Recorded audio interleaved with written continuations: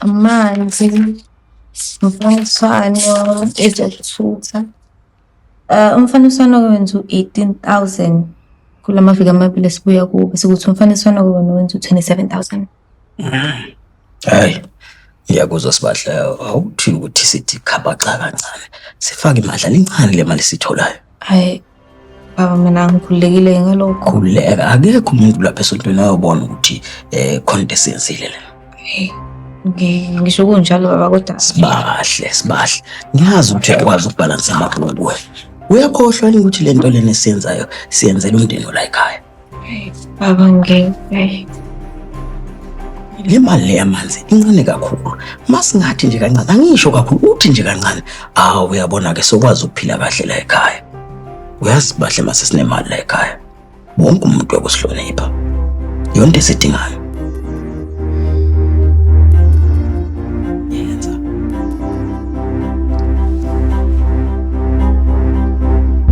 Msotho. Sicela nje ukuxolisa kuwena. Sixolise ngalokho okwenzekile enyangeni edlule. Qinisile Mvelasi. Bengamele ngikuphoqa ukuthi wenze into ongafuni ukuyenza nokuBonga. Khululeka sisi.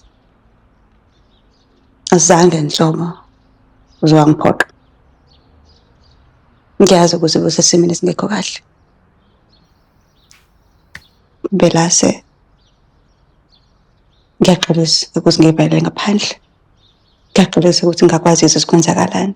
Ngiyabona wena amaphalala. Wenze into umuntu oganela ekhaya ebezoyenza. Ngiyabona Msotho wena ube nomaqabe esikhathini esinzima.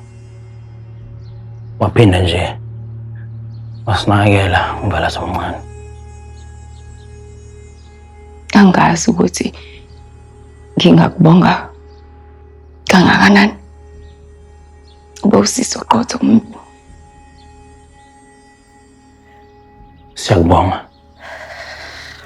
Siyakubonga kakhulu. Siyabona ukuthi hayi umlungisi wakhetha kahle.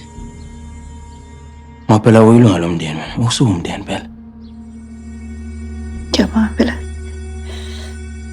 Ngifuna ukubonga uMthembu. Ngizakwazi ukuthi angibekela ekhaya. Isikhathi la ngidingakala khona kakhulu. Kakhulu ukuthi ngikwazi ukusiza la ngikwazi ukusiza khona. Ngiyabonga. Mvelase wasandulo. Mvela